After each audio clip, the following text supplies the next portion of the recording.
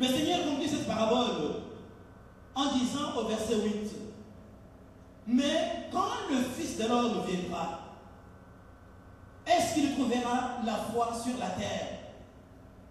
Lorsque le Fils de l'homme va revenir, est-ce qu'il va réellement trouver ses disciples dans la foi, dans une foi persévérante, comme la foi de cette pauvre veuve? Lorsque le Fils de l'homme va revenir, est-ce qu'il va vous trouver, mon frère, ma soeur, dans la foi que vous confessez aujourd'hui? Lorsque le Fils de l'homme va venir, est-ce qu'il va me trouver dans la foi que je confesse aujourd'hui? Lorsque le Fils de l'homme va venir, est-ce qu'il va me trouver que je suis déjà découragé? Ou il va me trouver que je continue à poursuivre ma marche? Parce que tout autour de nous est de nature à nous dire stop, arrêtez et n'avancez pas. Et le Maître sait pourquoi il a posé cette question.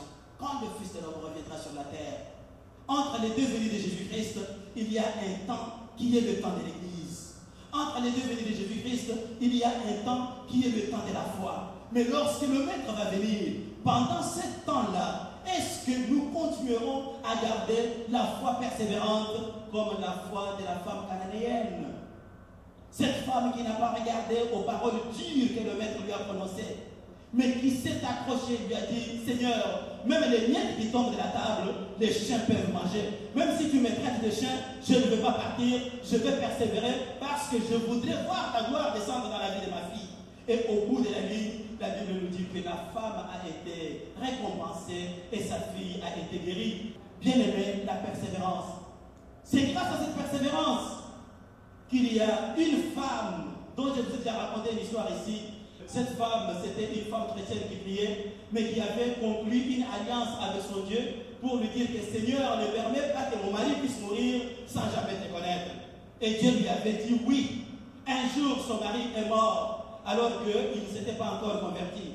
La femme est allée à l'hôpital, les médecins ont fait le constat de mort, et la femme leur a dit, est-ce que vous me donnez quelques minutes pour que je puisse passer un temps avec mon mari? Ils lui ont accordé, la femme est allée à genoux. Elle a commencé à parler à Dieu. Elle a dit à Dieu, Seigneur, ce n'est pas ça ce que tu m'avais dit. Tu m'avais dit que cet homme n'allait pas mourir sans jamais te connaître.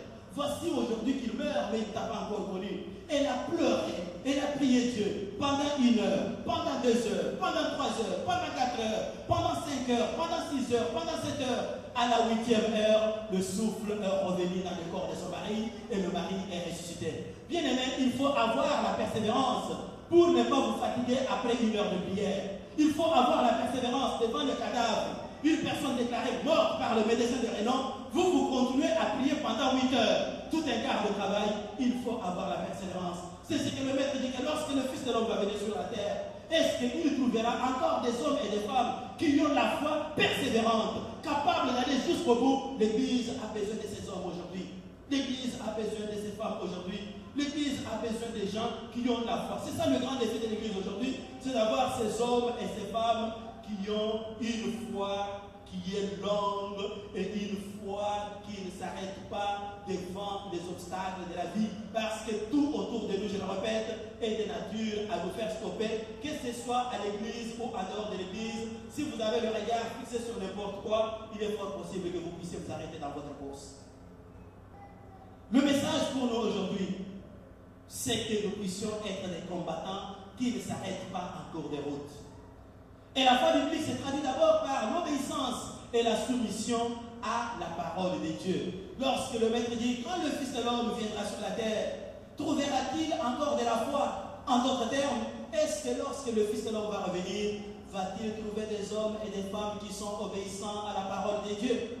Va-t-il trouver des hommes et des femmes qui sont soumis à la parole de Dieu? Une chose est de connaître la parole de Dieu, mais y obéir en est une autre. Aujourd'hui, le monde n'a pas besoin des gens qui connaissent la parole de Dieu, mais c'est d'abord surtout les gens qui obéissent à la parole de Dieu. Une chose est de prêcher la parole de Dieu, mais une autre chose, c'est d'y obéir soi-même. Parce que cette parole que je prêche aux autres, je me la prêche à moi-même avant de la prêcher aux autres. Je lisais ce matin un petit livre où un homme est allé évangéliser un jeune garçon et il a commencé à regarder avec lui le verset de Jean 3 chapitre 16.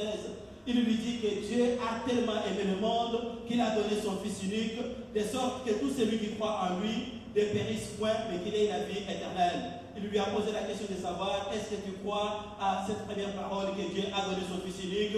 Il dit, oui, je crois. Est-ce que tu crois aussi à la vie éternelle? Il dit, là, je suis en train d'hésiter. Il dit, alors, voyons les choses en face.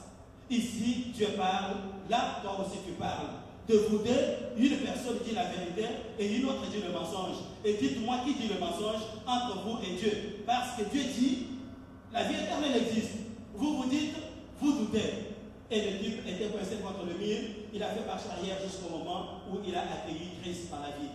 Lorsque nous recevons la parole de Dieu, la parole infaillible, inspirée de Dieu, qui ne regarde pas les têtes quand elle s'adresse, mais qui s'adresse au cœur de l'homme en général, cette parole s'adresse au cœur de l'apôtre, tout comme elle s'adresse au cœur de l'ignorant qui est dans la rue. Elle reste la même et sans discrimination lorsqu'elle est adressée à un apôtre, tout comme elle est la même lorsqu'elle est adressée à un païen qui est dans la rue. Le fait qu'elle est sur le cœur de l'apôtre doit être le même effet qu'elle doit avoir sur le cœur de l'ignorant qui est dans la rue. Mais si l'apôtre refuse de croire à la parole, il y a deux choses. Soit c'est l'apôtre qui dit la vérité, ou c'est la parole de Dieu qui dit la vérité. Les deux ne peuvent pas marcher ensemble. Soit l'un dit la vérité et l'autre le mensonge, ou vice-versa. Voilà pourquoi pour nous qui sommes appelés à être des enfants de Dieu, nous devons à tout prix être obéissants à la parole si nous voulons réellement demeurer dans la foi persévérante. Amen.